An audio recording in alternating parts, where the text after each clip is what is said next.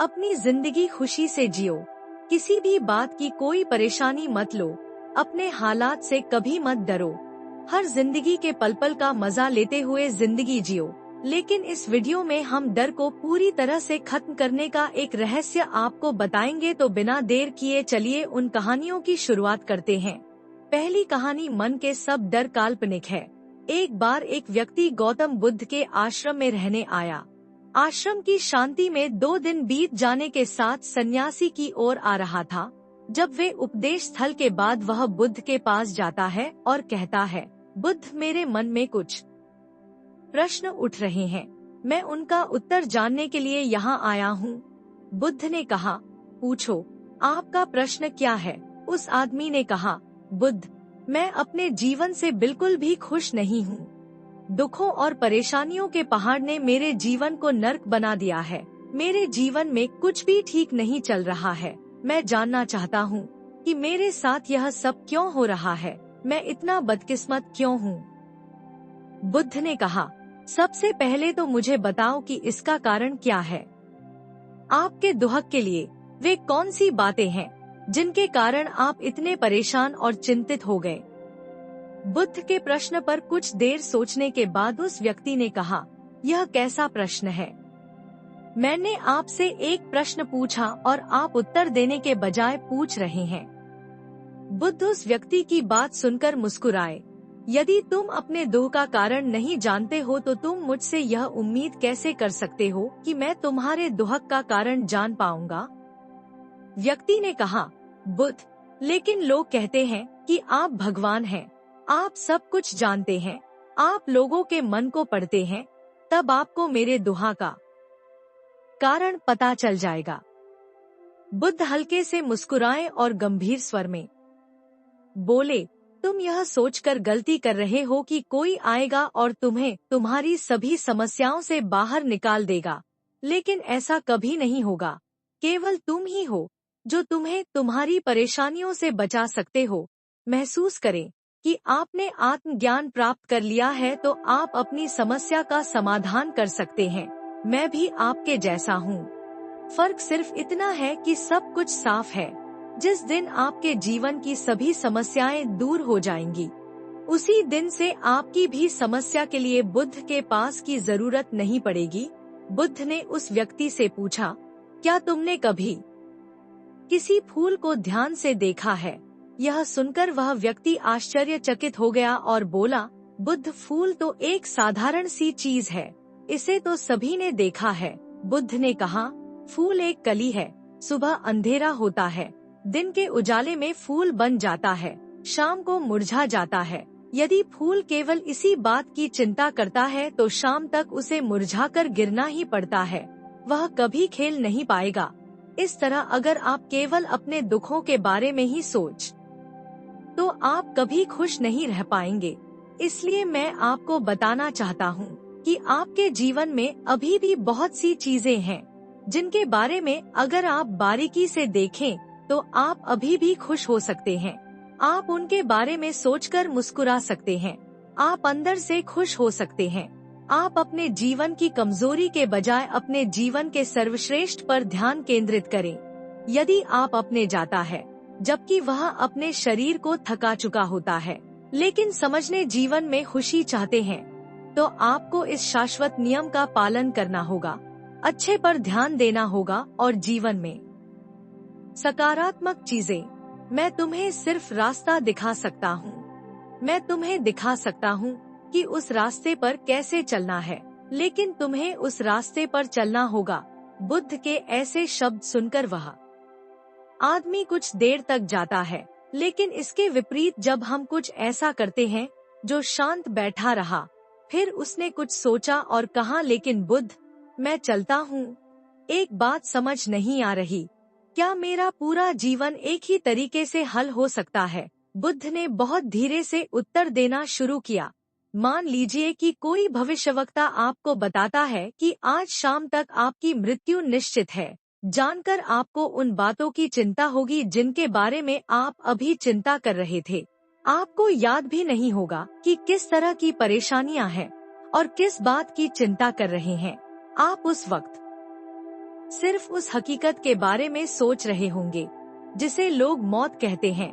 अचानक आपको एहसास होगा कि जिन छोटी छोटी चीजों को आप उसकी सबसे बड़ी परेशानियां कहते थे, वह कुछ भी नहीं। अचानक आपको लगेगा कि चिंता करना बेकार है, आज शाम तक मैं दुनिया छोड़ने वाला हूँ।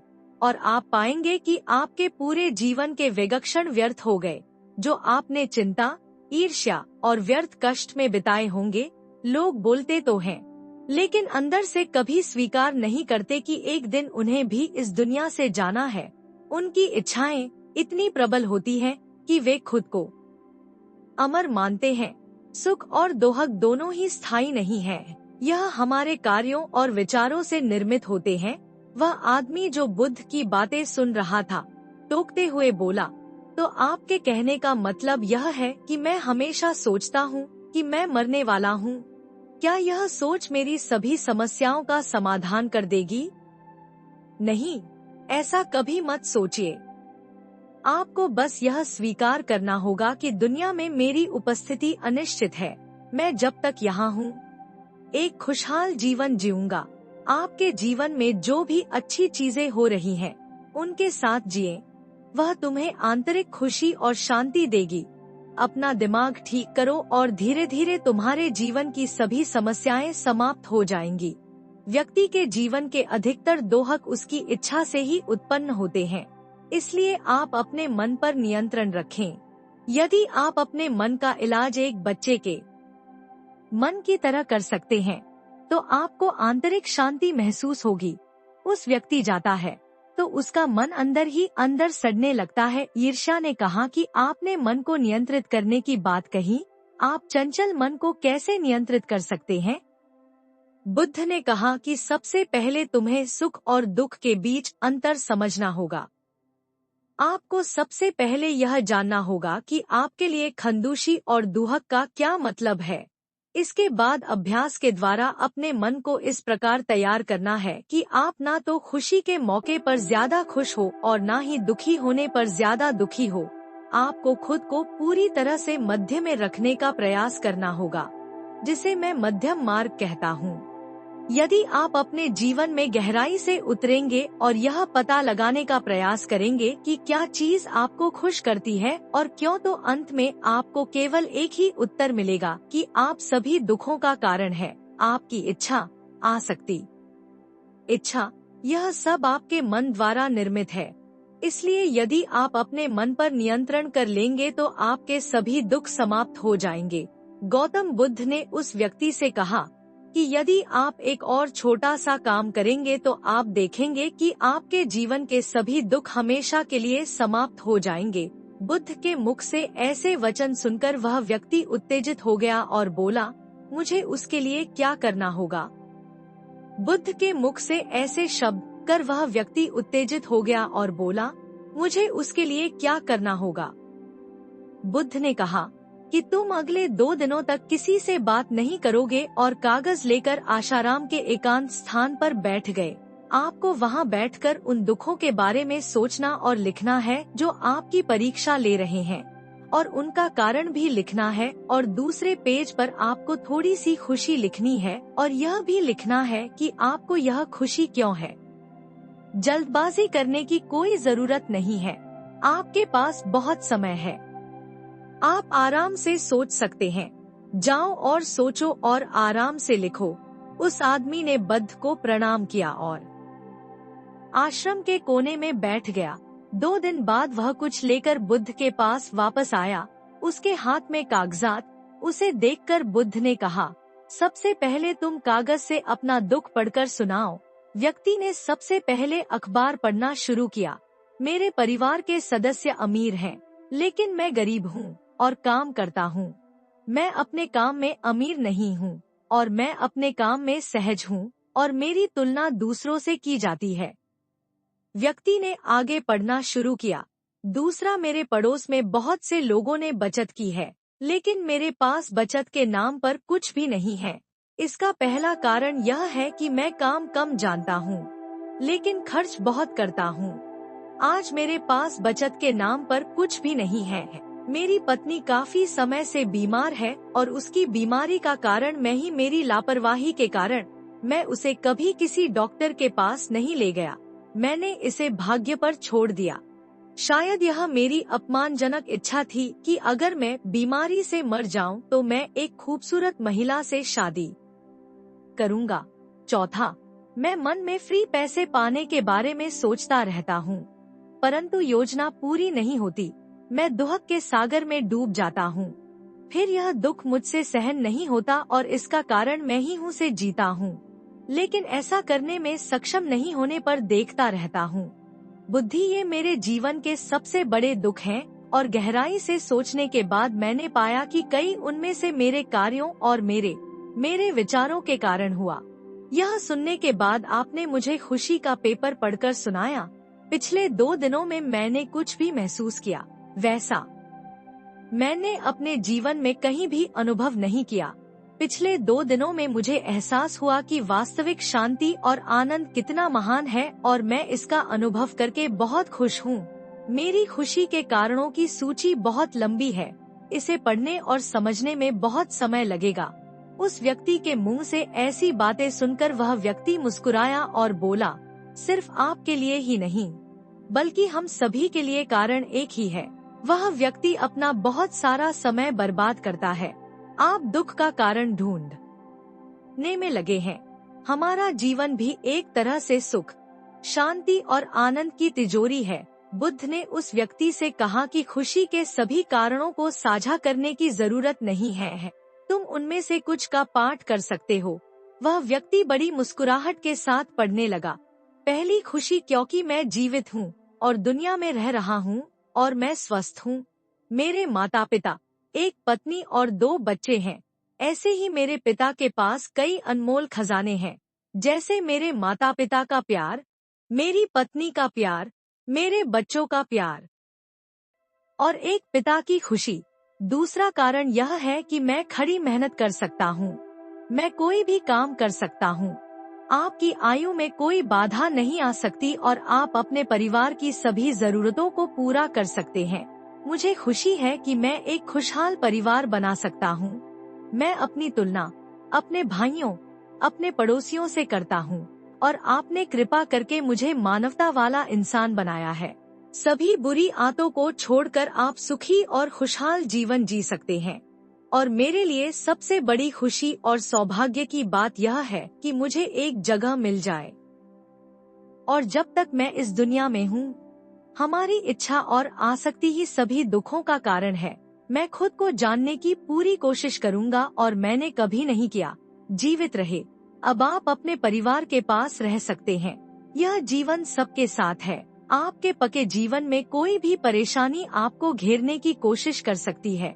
जीवन अपने आप से कहने के लिए बहुत छोटा है और इस जीवन में आप चिंताओं और दुखों को खुद पर हावी नहीं होने देंगे।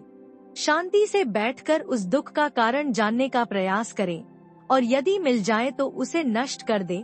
इस तरह आप मानसिक शांति और कभी ना खत्म होने वाली खुशी पा सकते हैं। दोस्तों, आशा करता हूँ कि आपको इस कहानी से बहुत कुछ सीखने को मिला होगा। तो दर्शकों, अब चलिए हमारे दूसरे कहानी की शुरुआत करते हैं। दूसरी कहानी, चिंता में खुद को बर्बाद मत करो। यह उन दिनों की बात है जब एक सन्यासी सेब के बाग में अपना समय व्यतीत कर रहे थे। उस समय तक सन्यासी की प्रसिद्धि दूर दूर तक फैल चुकी थी। लोग अपनी चिंताओं और समस्याओं का समाधान खोजने के लिए दूर दूर से सन्यासी के पास आते थे। ऐसे ही एक दिन जब सन्यासी सेब के जंगल में लोगों को उपदेश दे रहे थे तो एक आदमी अपने 24 से 25 साल के बेटे के पास पहुँचे तो सन्यासी ने उनकी ओर देखा और इशारा किया के पास बैठने के लिए। जब उपदेश समाप्त हो गया और सभी लोग चले गए, तब सन्यासी ने उस व्यक्ति को अपने पास बुलाया और बैठने को कहा। चारों ओर हरियाली थी, मौसम सुहाना था, तरह तरह के पक्षियों की आवाजें गूंज रही थी। ऐसा नजारा देखकर उस व्यक्ति को अंदर से बहुत शांति महसूस हो रही थी। इसके बाद सन्यासी ने उस व्यक्ति से आने का कारण पूछा। इस पर वह व्यक्ति बोला, हे महात्मा, मैं अपने बेटे को आपसे मिलवाने के लिए 2 दिन की लंबी यात्रा कर आया हूँ। यह मेरा इकलौता बेटा है और वह वक्त थका रहता है। ऐसा लगता है कि इसमें जान ही नहीं है। इसका स्वभाव भी काफी चिड़चिड़ा हो गया है। अगर हम इसे कुछ भी कहें तो यह हमारी छोटी छोटी बातों पर गुस्सा हो जाता। इसकी देखने की क्षमता भी उम्र से पहले ही कमजोर हो गई है और उसके बाल भी सफेद हो रहे हैं। इतनी कम उम्र में बूढ़ा दिखने लगा है। मैं समझ नहीं पा रहा हूँ कि उसके साथ क्या हो रहा है। हे सन्यासी, मुझे अपने बेटे की बहुत चिंता हो रही है। मैं अपने बेटे को डॉक्टर के पास ले गया तो उन्होंने कुछ दवा दी और कहा, बेटा कम तनाव लो। वह अपने दिमाग पर बहुत अधिक तनाव लेता है, इसीलिए उसकी यह हालत है। लेकिन उनके बहुत समझाने के बाद भी मुझे तनाव का मतलब समझ नहीं आया। मुझे नहीं पता कि तनाव क्या है, इसका कारण क्या है और इसे कैसे दूर किया जाए मेरे बेटे के मन की। लेकिन सबसे पहले मुझे यह समझना होगा कि तनाव क्या है, इसलिए मैं आपके पास आया हूँ। सन्यासी, कृपया मेरी समस्या का समाधान करें। यह सुनकर सन्यासी ने उनके बेटे को बहुत ध्यान से देखा, उसके चेहरे को देखा, उसकी आंखों को देखा, फिर उसके हाथों की नाड़ी भी जांची।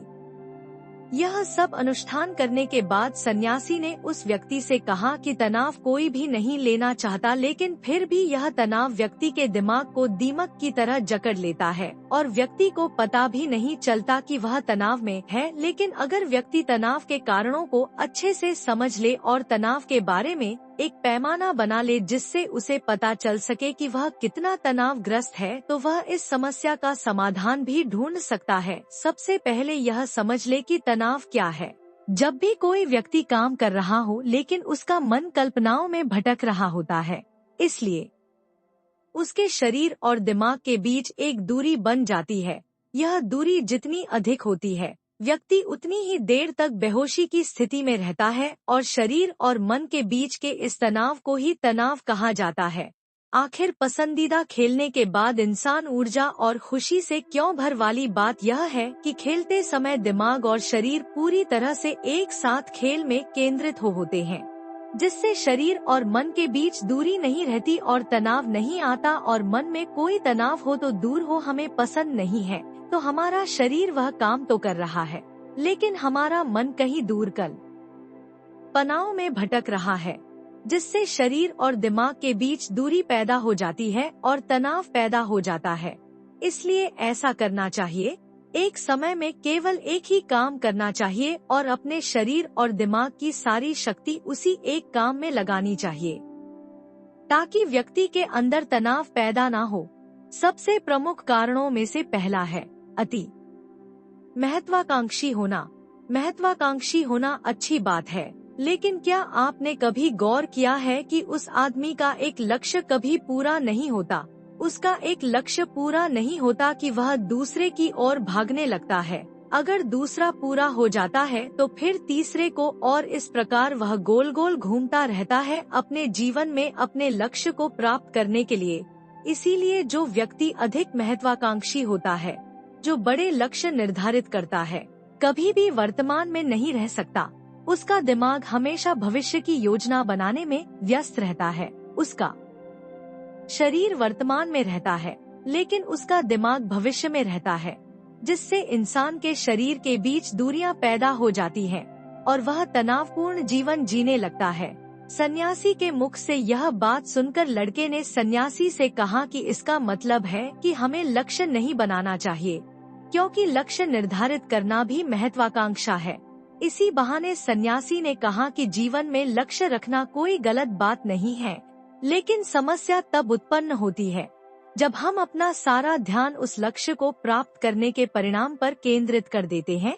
व्यक्ति को वर्तमान में जीना चाहिए, एक लक्ष्य निर्धारित करें और उस लक्ष्य को प्राप्त करने के लिए कड़ी मेहनत करते रहें। लेकिन साथ ही आपको यह भी ज्ञान होना चाहिए कि आप अभी भी वर्तमान में जी रहे हैं और वर्तमान सत्य है। सन्यासी ने आगे कहा कि ईर्ष्या तनाव का एक और बड़ा कारण है। जब कोई व्यक्ति ईर्ष्या से भर एक आंतरिक घाव है, यानी मन का घाव, इंसान के शरीर का घाव तो ठीक हो सकता है लेकिन मन का घाव कभी नहीं भर सकता। इसलिए कभी भी दूसरों की उन्नति और खुशी से ईर्ष्या नहीं करनी चाहिए। ईर्ष्या तनाव का कारण बनती है। इसके बाद सन्यासी ने तनाव का अगला कारण बताया और कहा कि अरुचिकर काम भी मन में तनाव पैदा करता है। जो काम हमें करना पसंद नहीं है, उस काम में हमारा मन नहीं लग पाएगा, हमारा शरीर वहीं बैठ जाएगा। लेकिन हमारा मन कल्पना की उड़ान भरता है, जिससे शरीर और मन के बीच दूरी पैदा हो जाती है और व्यक्ति तनावग्रस्त हो जाता है। इसलिए व्यक्ति को हमेशा अपनी रुचि के अनुसार ही कार्य करना चाहिए। यदि व्यक्ति ने यह तय कर लिया है कि उसे कौन सा काम करना है और वह उस काम को अपने जीवन का लक्ष्य बना लेता है, तब वह काम उसके लिए काम नहीं बल्कि खेल बन जाता है। लेकिन दोस्तों, अपने जुनून को फॉलो करो, यह कहना कितना आसान है, अपना सच्चा जुनून ढूंढना कितना मुश्किल है। क्योंकि आजकल ज्यादातर युवा सेलिब्रिटीज और सोशल मीडिया से प्रभावित हैं। वे किसी भी काम को अपना जुनून मानते हैं और फिर कुछ दिनों तक कोशिश करने के बाद उसे बीच में ही छोड़ देते हैं, क्योंकि यह उनका जुनून नहीं था। और इस तरह वे अपना कीमती समय और ऊर्जा बर्बाद करते हैं। तनाव का चौथा कारण है दूसरों से अपेक्षा करना। सन्यासी ने उस व्यक्ति की ओर इशारा करते हुए कहा, एक पिता के रूप में तुम्हें अपने बेटे से बहुत सारी उम्मीदें होंगी कि आपका बेटा बहुत सफल इंसान बने, आपका नाम रोशन करे और जैसा जीवन चाहे वैसा जिए, आपकी हर बात माने। लेकिन क्या आज तक किसी की भी उम्मीदें पूरी हुई हैं? जब भी कोई व्यक्ति दूसरे से कुछ अपेक्षा करने लगता है तो वह अनजाने में तनाव पैदा करना शुरू कर देता है। खुद के लिए जरा सोचिए, अगर आपका बेटा आपके मुताबिक काम नहीं कर रहा है और वह वैसा नहीं बन रहा है जैसा आप उसे बनाना चाहते हैं, तो निश्चित तौर पर तनाव आपके दिमाग पर हावी हो जाएगा। आप तनावपूर्ण जीवन जीने लगेंगे और इस तनाव में आप इस तरह व्यवहार और बातचीत करेंगे कि आपके अपने बेटे के साथ संबंध बद से बदतर होते चले जाएंगे।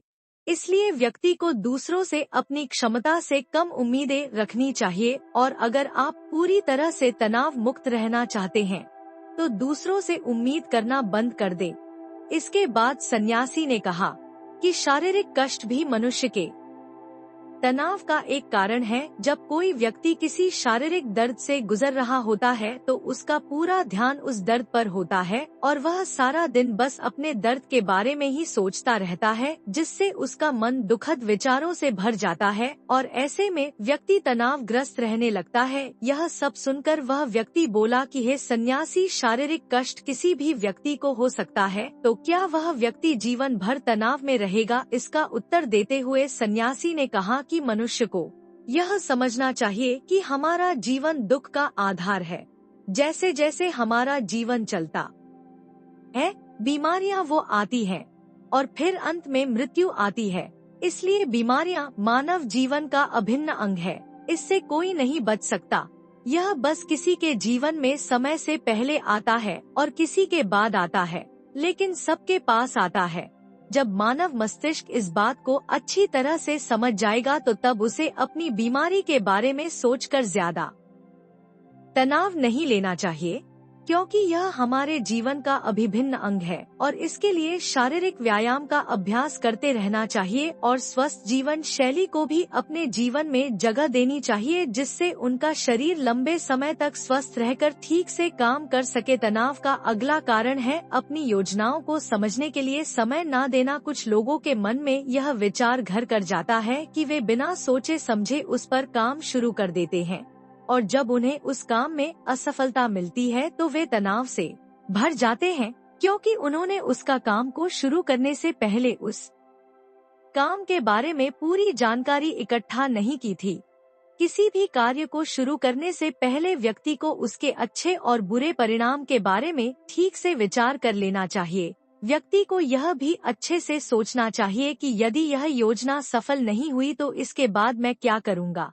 इसलिए व्यक्ति को अपनी योजनाओं को समझने के लिए पूरा समय देना चाहिए। ताकि बाद में वही योजना तनाव पैदा ना कर दे। तनाव का 7वां सबसे बड़ा कारण टाल मटोल है। आज का काम कल पर डाल देना। आपने यह कहावत तो सुनी ही होगी कि आलस्य मनुष्य का सबसे बड़ा दुश्मन है।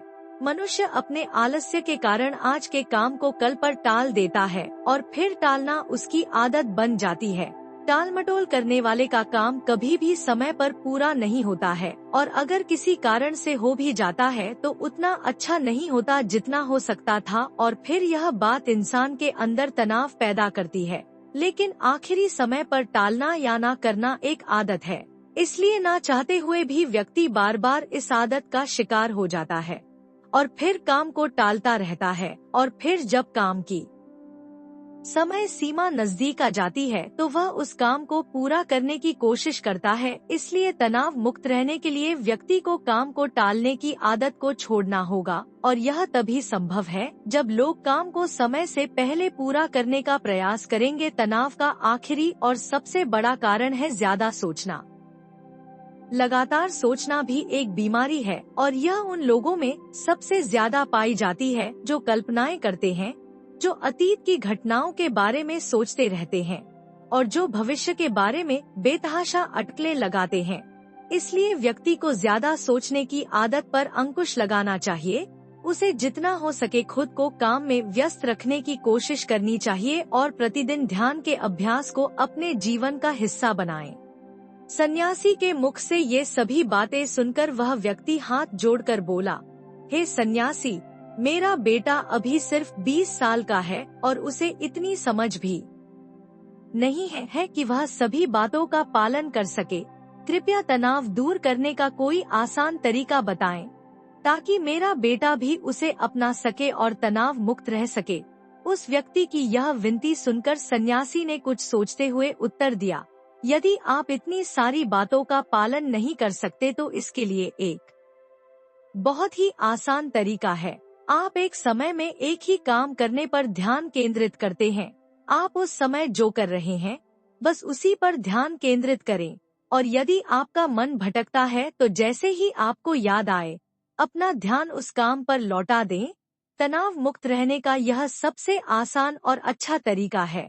जब आप खाएं तो केवल खाएं, उसके स्वाद का आनंद लें, उसे महसूस करें।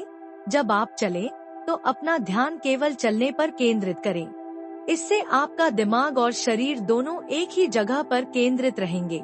दोनों के बीच कोई दूरी नहीं रहेगी, जो तनाव का मुख्य कारण है। दोस्तों, आज की युवा पीढ़ी एक ही समय में 2 या 3 काम करने की आदी हो गई है, जैसे फोन पर बात करते हुए गाड़ी चलाना, खाना खाते समय टीवी देखना या फोन का इस्तेमाल करना। और फिर उनकी शिकायत रहती है कि मैं तनाव में रहता हूँ, मेरा मन बेचैन रहता है, मैं चिड़चिड़ा हो गया हूँ। जब कोई व्यक्ति एक समय में 3 काम करता है तो यह स्वाभाविक है तनाव उत्पन्न होना, क्योंकि दिमाग एक समय में एक ही काम पूरे ध्यान से कर सकता है।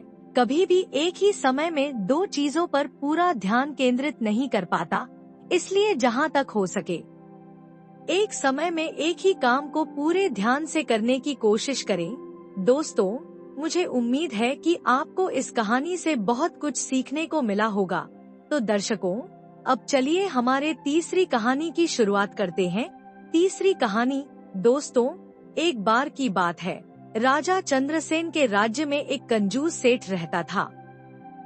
उसके पास धन की कोई कमी ना थी, पर एक पैसा भी जेब से निकालते समय उसकी नानी मर जाती थी। एक बार उसके कुछ मित्रों ने हंसी हंसी में एक कलाकार से अपना चित्र बनवाने के लिए उसे राजी कर लिया। उसके सामने वह मान तो गया, पर जब चित्रकार उसका चित्र बनाकर लाया तो सेठ की हिम्मत ना पड़ी कि चित्र के मूल्य के रूप में चित्रकार को 100 स्वर्ण मुद्राएं दे दें। वह सेठ भी एक तरह का कलाकार ही था। चित्रकार को आया देखकर सेठ अंदर गया और कुछ ही क्षणों में अपना चेहरा बदलकर बाहर आया।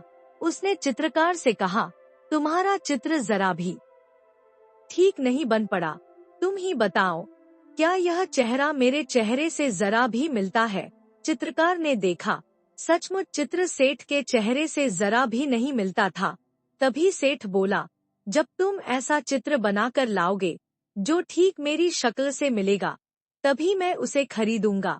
दूसरे दिन चित्रकार एक और चित्र बनाकर लाया जो हुबहू सेठ के उस चेहरे से मिलता था जो सेठ ने पहले दिन बना रखा था। इस बार फिर सेठ ने अपना चेहरा बदल लिया और चित्रकार के चित्र में कमी निकालने लगा। चित्रकार बड़ा लज्जित हुआ। उसकी समझ में नहीं आ रहा था कि इस तरह की गलती उसके चित्र में क्यों होती है। अगले दिन वह फिर एक नया चित्र बनाकर ले गया, पर उसके साथ फिर वही हुआ। अब तक उसकी समझ में सेठ की चाल आ चुकी थी। वह जानता था कि यह मक्खी चूस सेठ असल में पैसे नहीं देना चाहता, पर चित्रकार अपनी कई दिनों की मेहनत भी बेकार नहीं जाने देना चाहता था। बहुत सोच विचार कर चित्रकार माधव के पास पहुंचा और अपनी समस्या उनसे कह सुनाई।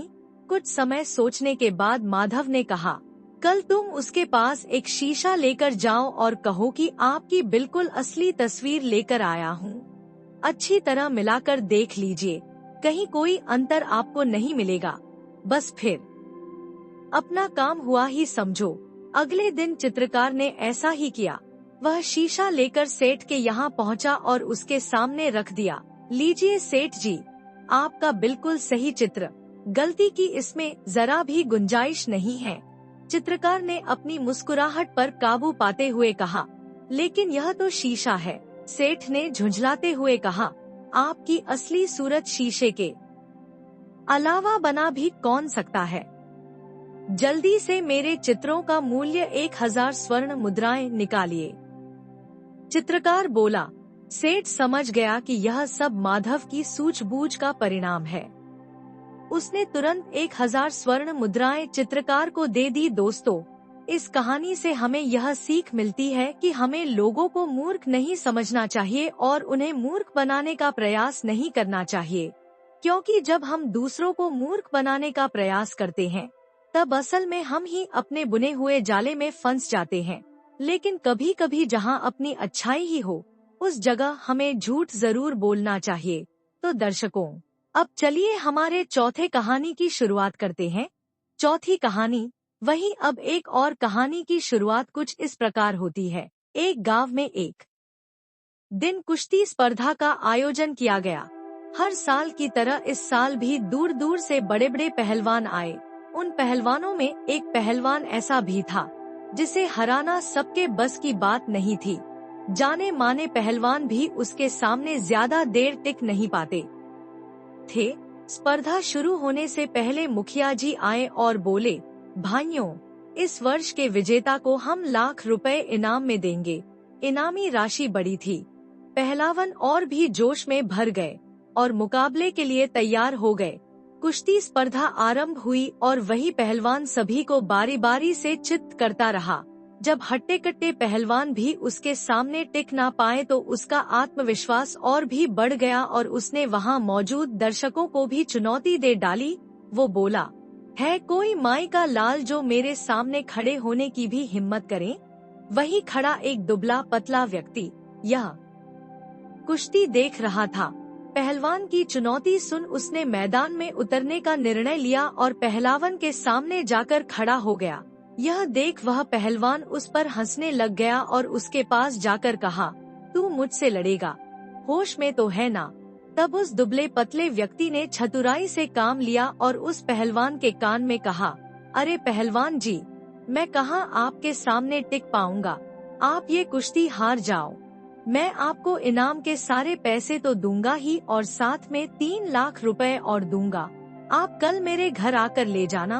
आपका क्या है, सब जानते हैं कि आप कितने महान हैं। एक बार हारने से आपकी ख्याति कम थोड़ी ही हो जाएगी।